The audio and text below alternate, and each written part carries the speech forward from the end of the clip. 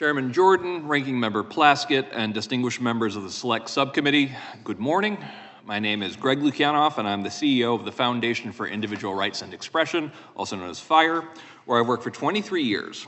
FIRE is a nonpartisan nonprofit that uses litigation, scholarship, and public outreach to defend and promote the value of free speech for all Americans. We proudly defend free speech regardless of a speaker's viewpoint or identity, and we have represented people across the political spectrum. I'm here to address the risk AI and AI regulation pose to freedom of speech and the creation of knowledge.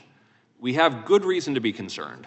FIRE regularly fights government attempts to stifle speech on the internet. FIRE is in federal court challenging a New York law that forces websites to address online speech that someone somewhere finds, quote, humiliating or vilifying. We're challenging a new Utah law that requires age verification on all social media users. We've raised concerns about the federal government funding development of AI tools to target speech, including microaggressions. And later this week, FIRE will file an amicus brief with the Supreme Court explaining the danger of jawboning, the use of government pressure to force social media platforms to censor protected speech. But the most chilling threat that the government poses in the context of emerging AI is regulatory overreach that limits its potential as a tool for contributing to human knowledge.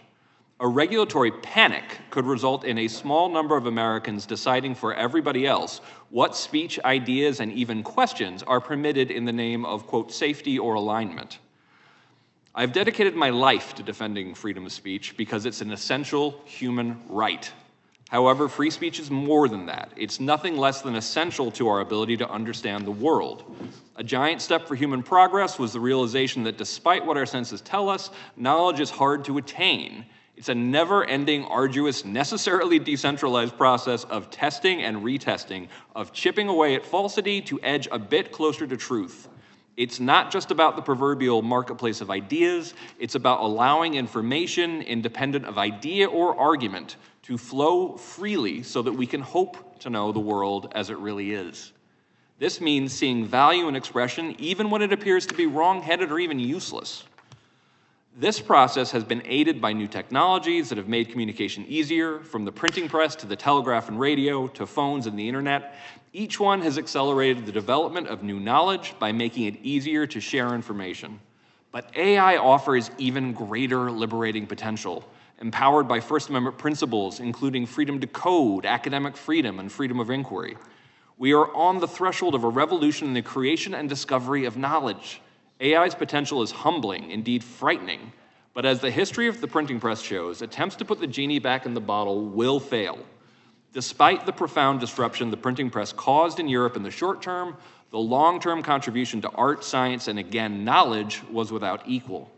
Yes, we may have some fears about the proliferation of AI, but what those of us who care about the civil liberties fear more is a government monopoly on advanced AI. Or more likely, regulatory capture and a government-empowered oligopoly that privileges a handful of existing players. The end result of pushing too hard on AI regulation will be the concentration of AI influence in an even smaller number of hands. Far from reining in government misuse of AI to censor, we will have created the framework not only to censor, but also to dominate and distort the production of knowledge itself. But why not just let OpenAI or a handful of existing AI engines dominate the space, you may ask? Trust and expertise, and in higher education, another important developer of knowledge, has plummeted in recent years, due largely to self-inflicted wounds borne by the ideological biases shared by much of the expert class.